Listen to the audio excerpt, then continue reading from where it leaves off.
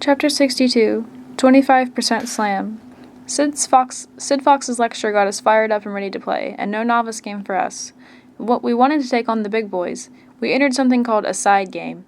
The main pairs game was a 2-session event that had started in the afternoon.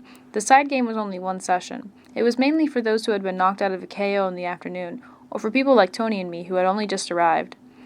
We were in one of the large ballrooms on the lower level. There were several different events taking place in there. We used our real names and ACBL numbers. Our table assignment was KK8, north-south. The 2 Ks are not a typo. There were a lot more than 26 sections in the tournament, so they had to double up on the letters. Somewhere else in the hotel, another pair was sitting north-south at table K8 with only 1 K. 2 women sat in the east-west seats. Wes stared at me a moment, then said, "Alton, right?" I was shocked. She and her partner introduced themselves as Lydia and Renee. I didn't introduce Tony to them. She'd be using 3 different names at the tournament, Tony, Annabelle, and Theodora, and I didn't want to have to remember which people knew her by which name. "We met Alton at a sectional," Lydia told Tenny. "He was helping his blind uncle." She turned to me. "Is he here?" I hesitated.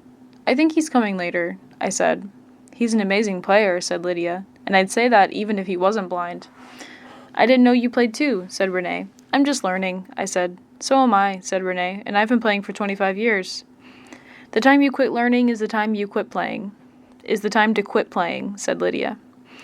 "Okay, I realized you didn't come all the way to Chicago to watch Tony and me play in a side game. That would be like a sports reporter who's supposed to be covering the Super Bowl, going on and on about the pregame charity touch football match between the players' wives. It was bad enough I made you sit through Sid Fox's lecture. The thing of it is, Tony and I played great. We used a lot of the new bids I had learned, but it was much more than just that. I no longer thought of bidding as a bunch of rules to be memorized. It was a conversation. I imagine it's like learning a foreign language.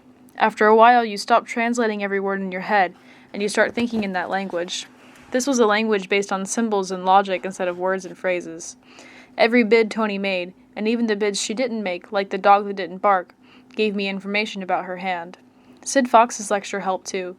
None of those exact cards combinations came up, but he had gotten me thinking along the right lines, and I made all but one of my contracts.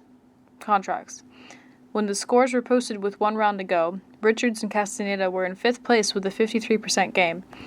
Tony was worried about our last round, however. "They bid that lucky slam against us," she griped. "I bet no one else bid it." It turned out she was right. When the final results were posted, we had fallen to 49%. She complained all the way to the elevator, using language I usually hear from Cliff. All because of that spade slam. Adjective deleted. It took 2 finesses. The same adjective deleted. A 25% slam. If you had the king of spades, or if I'd had the queen of clubs, instead of the other way around, we would have set it. Switch our hands and we would have been down too. I looked at the hand record. How could East jump to 3 spades on that garbage? He has 9 points, and flat distribution. "We were fixed," said Tony. I laughed. "What's so funny?" she demanded. "Listen to us. We sound like everybody else." She smiled. "Yeah, isn't it great?"